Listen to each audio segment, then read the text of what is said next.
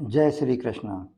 गीतांक 26 श्रीमद् भागवत गीता दूसरा अध्याय श्लोक 2.13 सत्य को लेकर शोक करना अनुचित। प्रस्तुति योगीअंश रमेश चंद्र भार्गव। प्रिय धर्म प्रेमियों, हमने पिछले अंक में भी सत्य के कालातीत ज्ञान के बारे में जाना था। शोक करना शरीर के लिए ही नहीं अपितु शरीरी यानी देही आत्मा के लिए भी अनुचित है। इस बात को हम 13वें श्लोक में थोड़ा और गहराई से जानेंगे। श्लोक 2.13 देहि नोहे अस्मिन्यथा देहे कौमारम यौवनम जरा तथा देहांतर प्राप्तिर धीर स्तत्र न मुह्यते। स्वाध्याय मनन 24 बिंदुओं में। पॉइंट नंबर 1, देहि नोहे अस्मिन्यथा देहे कौमारम यौवनम जरा। शरीरधारी के इस शरीर में पहले बाल्यावस्था आती है, फिर युवावस्था आती है और फिर वृद्धावस्था आती है। तात्पर्य है कि शरीर में कभी एक अवस्था नहीं रहती, उसमें निरंतर परिवर्तन होता रहता है। पॉइंट नंबर 2, यहाँ शरीरधारी के इस शरीर में ऐसा कहने से सिद्ध होता है कि शरीरी अलग है और शरीर अलग है। शरीरी अर्थात आत्मा या जिसे हम देही भी कहते हैं, वह दृष्टा है और शरीर दृश्य है। अतः शरीर में बालकपन आदि अवस्थाओं का जो परिवर्तन है, वह परिवर्तन शरीरी में नहीं है। पॉइंट नंबर 3, तथा देहांतर प्राप्ति ही, अर्थात जैसे शरीर की कुमार युवा आदि अवस्थाएं होती हैं, ऐसे ही शरीरी यानी देही या कि आत्मा की देहांतर अर्थात एक शरीर से दूसरे शरीर में स्थानांतरित होने की अवस्थाएं होती हैं।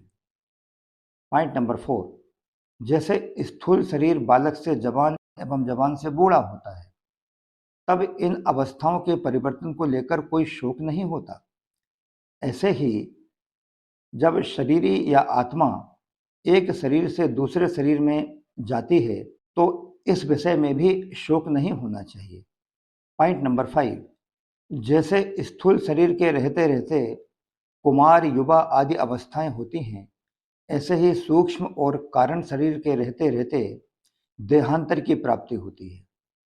अर्थात जैसे बालकपन, जवानी आदि स्थूल शरीर की अवस्थाएं हैं, ऐसे ही देहांतर की प्राप्ति अर्थात मृत्यु के बाद दूसरा शरीर धारण करने की प्रक्रिया होती है, जो कि सूक्ष्म और कारण शरीर की अवस्था है। पॉइंट नंबर 6, स्थूल शरीर के रहते रहते बाल्यावस्था, युवावस्था या कि वृद्धावस्था आदि अवस्थाओं का परिवर्तन नजर आता है। यह तो स्थूल दृष्टि है। अगर सूक्ष्म दृष्टि से देखा जाए तो बाल्यावस्था, युवावस्था, वृद्धावस्था आदि शरीर की परिवर्तित अवस्थाओं के साथ साथ स्थूल शरीर में भी परिवर्तन होता रहता है। पॉइंट नंबर 7, बाल्यावस्था में जो शरीर था वह युवावस्था में नहीं रहता। वास्तव में ऐसा कोई भी क्षण नहीं है जिस क्षण में स्थूल शरीर का परिवर्तन न होता हो। ऐसे ही सूक्ष्म और कारण शरीर में भी प्रतिक्षण परिवर्तन होता रहता है, जो देहांतर रूप से स्पष्ट देखने में आता है। पॉइंट नंबर 8, अब विचार यह करना है कि स्थूल शरीर का तो हमें ज्ञान होता है, पर सूक्ष्म और कारण शरीर का हमें ज्ञान नहीं होता। अतः जब सूक्ष्म और कारण शरीर का ज्ञान हमें नहीं होता, तो उनके परिवर्तन का ज्ञान हमें कैसे हो सकता है। पॉइंट नंबर 9, इसका उत्तर यह है कि जैसे स्थूल शरीर का ज्ञान उसकी अवस्थाओं को लेकर होता है, ऐसे ही सूक्ष्म और कारण शरीर का ज्ञान भी उसकी अवस्थाओं को लेकर होता है। ये अवस्थाएं इस प्रकार होती हैं: स्थूल शरीर की जागृत अवस्था, सूक्ष्म शरीर की स्वप्न अवस्था और कारण शरीर की सुषुप्ति अवस्था। पॉइंट नंबर 10, मनुष्य अपनी बाल्यावस्था में स्वप्न में स्वयं को बालक देखता है, युवावस्था में स्वप्न में युवा देखता है और वृद्धावस्था में स्वप्न में स्वयं को वृद्ध देखता है। इससे सिद्ध होता है कि स्थूल शरीर के साथ साथ सूक्ष्म शरीर का भी परिवर्तन होता है। पॉइंट नंबर 11, ऐसे ही सुषुप्ति अवस्था बाल्यावस्था में सबसे ज़्यादा, युवावस्था में उससे कम और वृद्धावस्था में बहुत कम हो जाती है। अतः इससे भी कारण शरीर का परिवर्तन सिद्ध हो जाता है। पॉइंट नंबर 12, दूसरी बात यह भी कि बाल्यावस्था और युवावस्था में नींद लेने पर शरीर और इंद्रियों में जैसी ताजगी आती है, वैसी ताजगी वृद्धावस्था में नींद लेने पर नहीं आती है। अर्थात वृद्धावस्था में शरीर को बाल्यावस्था और युवावस्था जैसा विश्राम नहीं मिलता है। इस रीति से भी कारण शरीर का परिवर्तन सिद्ध होता है। पॉइंट नंबर 13, जिस शरीरी देही या आत्मा को देहांतर स्वरूप दूसरा शरीर देवता अथवा पशु पक्षी आदि के रूप में मिलता है, उसको उस शरीर में देहाध्यास के कारण मैं यही हूँ ऐसा अनुभव होता है। तो यह सूक्ष्म शरीर का परिवर्तन हो गया। पॉइंट नंबर 14, ऐसे ही कारण शरीर में स्वभाव मुख्य होता है, जिसको स्थूल दृष्टि से आदत कहते हैं।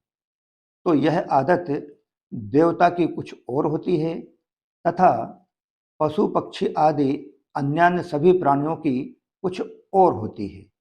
तो यह कारण शरीर का परिवर्तन हो गया।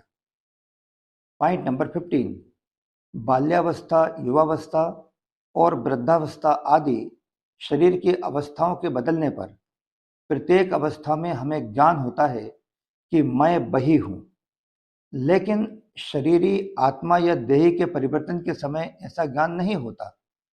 इससे सिद्ध होता है कि शरीरी में अर्थात स्वम में परिवर्तन नहीं हुआ है।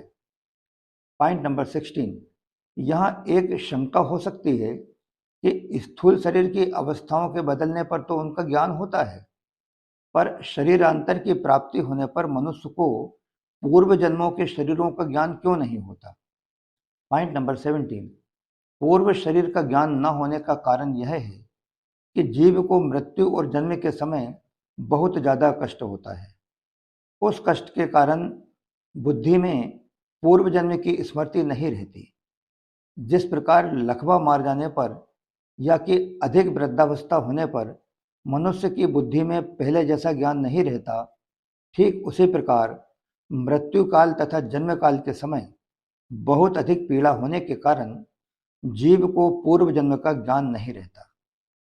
पॉइंट नंबर 18, परंतु जिसकी मृत्यु बिना किसी कष्ट के सहज रूप से होती है, अर्थात शरीर की अवस्थान्तर की ही तरह जब किसी जीव को बिना किसी कष्ट के अनायास ही देहांतर की प्राप्ति हो जाती है, तब उसकी बुद्धि में पूर्व जन्म की स्मृति रह सकती है।